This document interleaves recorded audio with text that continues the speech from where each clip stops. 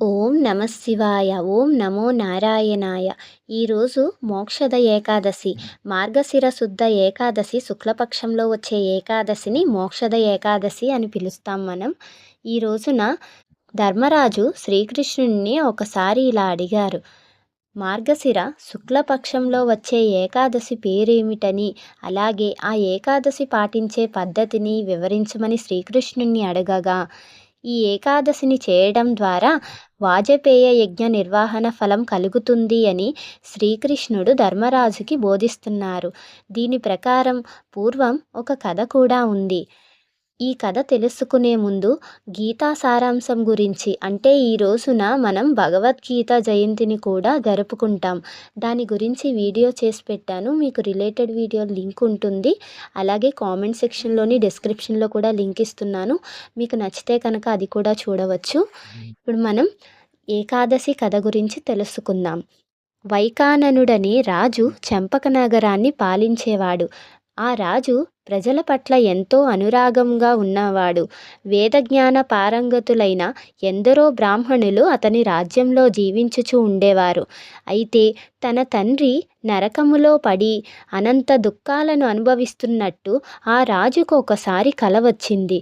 అది చూసిన రాజు ఎంతో దిగ్భ్రాంతి చెంది మర్నాడు అతడు బ్రాహ్మణుల సభలో తన కలను వెల్లడించాడు.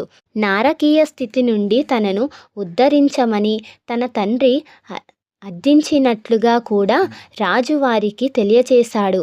అప్పుడు ఆ బ్రాహ్మణులు ఆ కల కనిన నాటి నుండి రాజు శాంతిని కోల్పోయాడని భావించి రాజ్యపాలనలో ఎటువంటి సుఖము కానీ అభిరుచి కానీ అతనికి కనబడలేదని గ్రహించి చివరకు కుటుంబ సభ్యులతో కూడా అతడు ఉదాసీనంగా వ్యవహరించాడని తెలుసుకుని తండ్రి నరకంలో మ్రగ్గుతుంటే తనయుని యొక్క జీవితము, రాజ్యము, సంపద, బలము, ప్రభావము అన్నీ కూడా వ్యర్థమేనని రాజు తలిచాడని, అందువలన అతడు తన తండ్రి నరకబంధము నుండి బయటపడే మార్గాన్ని తెలుపమని బ్రాహ్మణులను అడుగుతున్నారని బ్రాహ్మణులు గ్రహించి బ్రాహ్మణులు రాజుతో ఇలా అన్నారు, రాజా, ఇక్కడకు దగ్గరలోనే పర్వతముని అనే ఆశ్రమం ఉంది.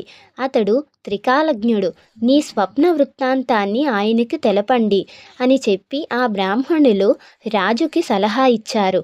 వారి సలహాను విన్న వైకాననుడు బ్రాహ్మణులతోనూ ప్రజలతోనూ కూడిన వాడే పర్వతముని ఆశ్రమానికి వెళ్ళాడు. రాజ్యక్షేమ గురించి పర్వతముని రాజును అడిగిన తరువాత వైకాననుడు ఆయనతో, స్వామి, మీ అనుగ్రహం చేత మేమంతా బాగున్నాము. కానీ రాజ్య సంపదలు ఉన్నప్పటికీ నేను గొప్ప కష్టములో చిక్కుకున్నాను. నిజానికి నా మనసులో ఒక గొప్ప సందేహం చెలరేగింది. దాన్ని తీర్చుకోవడానికే మీ పాద పద్మాలయందు మీ చెంతకు వచ్చాను అని చెప్పి రాజు చెప్పగా, రాజు వలన సమస్త వివరాలను వినిన పర్వతముని సమాధిమగ్నుడయ్యాడు. తరువాత కొంతసేపటికి ఆయన జ్ఞాన సమాధి నుండి బయటకు వచ్చి రాజుతో, రాజా, నీ తండ్రి గత జన్మతో అతి కాముకుడైనందువలన నరకములో పడి ఉన్నాడు కనుక మార్గశిర మాసంలో శుక్లపక్షంలో వచ్చే ఏకాదశిని మీరందరూ ఖచ్చితంగా పాటించి ఆ పుణ్యాన్ని అతనికి ధారపోయాలి. అందరి పుణ్య ప్రభావం చేత అతడు నరకం ఆ నరక జీవనం నుండి బయటపడతాడు అని చెప్పి స్వామివారు చెప్పారు. పర్వతముని పలుకలను వినిన తరువాత రాజు తన పరివారంతో నగరానికి తిరిగి వచ్చారు.